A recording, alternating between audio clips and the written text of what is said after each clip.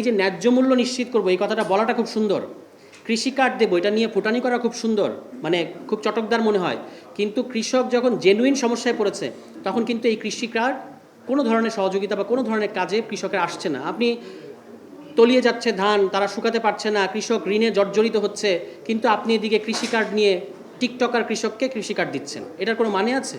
রাজনীতির মধ্যে যে সকল কথাবার্তা সচরাচর হইচই তৈরি করে তার মধ্যে কৃষক আর কৃষির সমস্যা, এটার তেমন একটা কারেন্সি নাই, টিআরপি নাই। তো সেরকম একটা জিনিস নিয়ে তারা আলোচনা আয়োজন করেছেন, এই জন্য আমি তাদেরকে ধন্যবাদ জানাবো। কিন্তু পাশাপাশি এটাও আহ্বান জানাবো যে শুধু আলোচনায় যেন আমরা সীমাবদ্ধ না থাকি, কারণ আমরা একটা রাজনৈতিক দল হিসেবে কৃষি ও কৃষককে বাঁচানোর জন্য আমাদেরকে তাদের পাশে দাঁড়াতে হবে, আমাদের সংগঠনকে সেই পর্যন্ত নিয়ে যেতে হবে।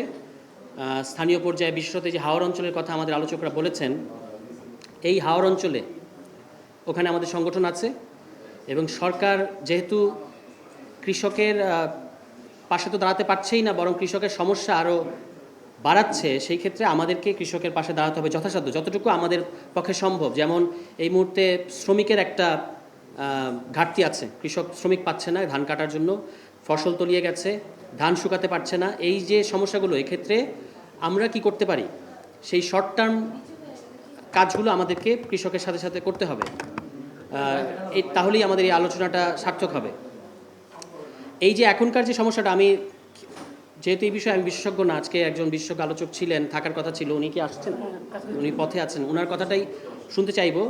আমরা যতটুকু রাজনীতি সচেতন মানুষ হিসেবে যতটুকু বুঝলাম, বা প্রতি বছরই এই সমস্যাগুলো ঘুরে ফিরে আসে, তো এবার সমস্যাটার সংকটটা ঘনীভূত হয়েছে দুটো কারণে। একটার পেছনে সরকার দায়ী, দ্বিতীয়টা অবশ্যই প্রাকৃতিক, কিন্তু প্রাকৃতিক ঘটনার পরের যে পদক্ষেপগুলো সেগুলোর করতে না পারার জন্য আসলে সরকার দায়ী।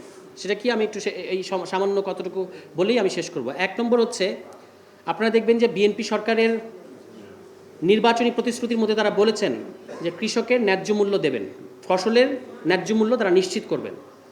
কিন্তু যদি কিন্তু তারা আসলে আগের বছরের রেটে এবারও ধান কেনার, তার সরকার যে ধান কেনে সেই ধান কেনার রেটটা আগের বছরের সাথে মিলিয়ে করেছে মনে 1440 টাকা বা 1450 টাকার মতো।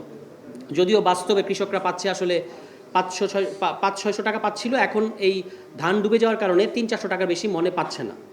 অর্থাৎ ন্যায্য মূল্য হতো যদি আপনি, এই যে এবার ডিজেলের দাম বাড়লো, সেচের দাম বাড়ছে, শ্রমিক এখন সারাদিনে শ্রমিককে 1000-1200 থেকে 1500 টাকা দিতে হচ্ছে, ডিজেলের দাম বেড়েছে, সারের দাম বেড়েছে, সেচের দাম বেড়েছে, আপনার শ্রমিকের মূল্য বেড়েছে, কিন্তু আপনি ন্যায্য মূল্যের নামে আগের মূল্যটা দেওয়ার কারণে কৃষক কিন্তু উৎপাদন খরচটাই উঠাতে পারছে না। অন টপ অফ দ্যাট, এই এখনকার অতিবৃষ্টির কারণে সরকার যে দাম ঠিক করেছে তার চেয়েও কম দামে, অনেক কম দামে আসলে বিক্রি হচ্ছে, মানে 300-400 টাকা, মানে কৃষক কোনো মতে ধানটা বিক্রি করে দিতে পারলেই একরকম রক্ষা পাচ্ছে, এরকম একটা জায়গায় চলে গেছে। ফলে তারা আর নিজেদের উৎপাদন খরচ উঠেছে কিনা এটা নিয়ে আর চিন্তা করার তাদের সময়ই নাই, তারা কোনো রকম এটা বিক্রি করে দিতে পারলেই বেঁচে যাচ্ছে, কারণ না হলে তাদের আরও ভয়ঙ্কর সমস্যার মধ্যে পড়বে। ফলে এই যে ন্যায্য মূল্য নিশ্চিত করবো এই কথাটা বলাটা খুব সুন্দর, কৃষি কার্ড দেবো এটা নিয়ে ফুটানি করা খুব সুন্দর, মানে খুব চটকদার মনে হয়, কিন্তু কৃষক যখন জেনুইন সমস্যায় পড়েছে তখন কিন্তু এই কৃষি কার্ড কোনো ধরনের সহযোগিতা বা কোনো ধরনের কাজে কৃষকের আসছে না। আপনি তলিয়ে যাচ্ছে ধান, তারা শুকাতে পারছে না, কৃষক ঋণে জর্জরিত হচ্ছে, কিন্তু আপনি এদিকে কৃষি কার্ড নিয়ে টিকটকার কৃষককে কৃষি কার্ড দিচ্ছেন। এটার কোনো মানে আছে? এর কোনো কাজে আসছে? কোনো হেল্প করতে পারছে কৃষককে? কোনো হেল্প করতে পারছে না।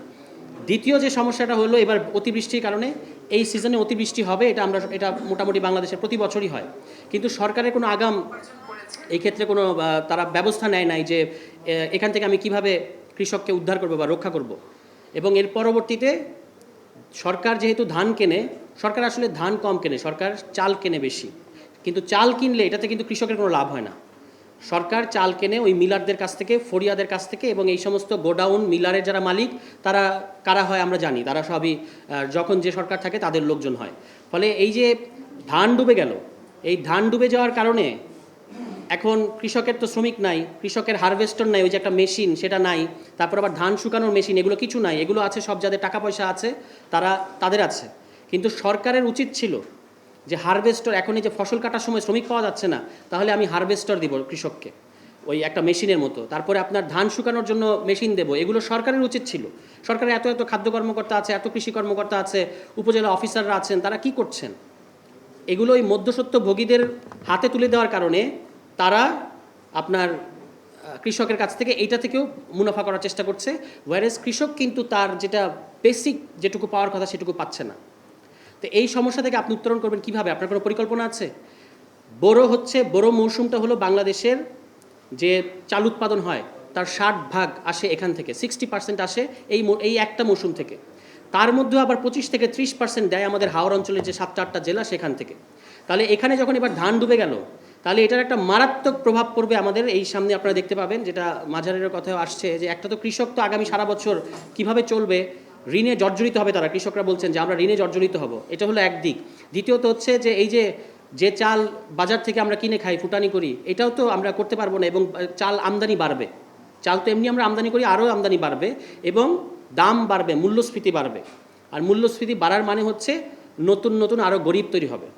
ফলে এই যে চালের এই সংকট, হাওড়ের এই সংকট, ডুবে গেছে আমাদের হাওড় অঞ্চল, এটা কিন্তু শুধু হাওড়ের সমস্যা না, আঞ্চলিক সমস্যা না, কৃষকের সমস্যা না, এটার একটা ধাক্কা এসে লাগবে আমাদের নিম্ন মধ্যবিত্ত পরিবারগুলোর উপরে, যারা এমনিতেই সরকারের ভুল নীতির কারণে, জ্বালানি তেলের দাম বাড়ানোর কারণে মূল্যস্ফীতির একটা ঘানি ইতিমধ্যেই টানছে। এই চালের এই সংকটটা আবারও আরেকটা মূল্যস্ফীতি ডেকে আনবে, এবং আপনি দেখবেন যে যাকে বলে যে নিউ পুয়ার, আরও নতুন নতুন গরিব কিন্তু তৈরি হবে। মানে আপনার ওই উপরে ফিটফাট, বাইরে সদরঘাট একটা কথা, ভেতরে সদরঘাট একটা কথা আছে না, উপরে মনে হবে মধ্যবিত্ত, বাইরে মনে হবে মধ্যবিত্ত, খুব ঠাটবাট, ফ্ল্যাটে থাকি, রেস্টুরেন্টে খাই, কিন্তু আসলে তারা নতুন মানে যেটা গরিবী, এই গরিবীর ইয়ের মধ্যে ঢুকে যাবে। তাহলে এই সমস্যা থেকে আমার মনে হয়, আমি যতটুকু বুঝি, 4টা কাজ করা দরকার। এর মধ্যে কিছু আছে স্বল্পমেয়াদী এবং কিছু আছে দীর্ঘমেয়াদী। 1 নম্বর কাজ,